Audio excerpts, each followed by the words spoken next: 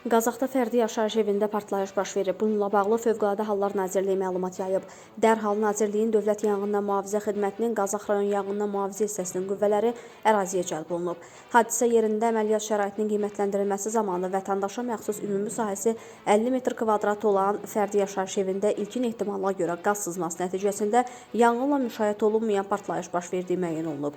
Partlayış nəticəsində evə ciddi ziyan dəyib, bir nəfər xəsarət alıb. Fövqəladə Hallar Nazirliyinin qüvvələri tərəfindən hadisə yerində müvafiq təhlükəsizlik tədbirləri həyata keçirilib. Hadisə ilə əlaqədar aidiyyatlı qurumlar tərəfindən araşdırma aparılır. Bugün səhər saatlarında Lənkəranda 2 mərtəbəli yaşayış evində yanğın hadisəsi baş verib. Hadisə rayonun Göyşaban kəndində kənd sakini Şamil Həsənağa Qurbanova məxsus 2 mərtəbəli 8 otaqlı evdə qeydə alınıb.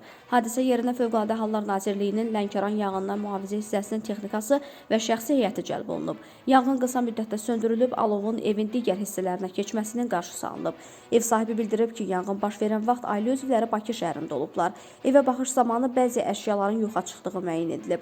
Onun iddiasına görə evə təxminən 30 min manatlıq maddi ziyan dəyib. Naməlum şəxslər əvvəlcə evə oğurluq məqsədi ilə daxil olsalar da, mətbəxdə mürəbbə yeyiblər, daha sonra isə evi yandırıblar. Daxili İşlər Nazirliyinin mətbuat xidmətinin Lənkəran regional qrupundan bildirilib ki, faktla bağlı Lənkəran şəhər polis şöbəsində araşdırma aparılır.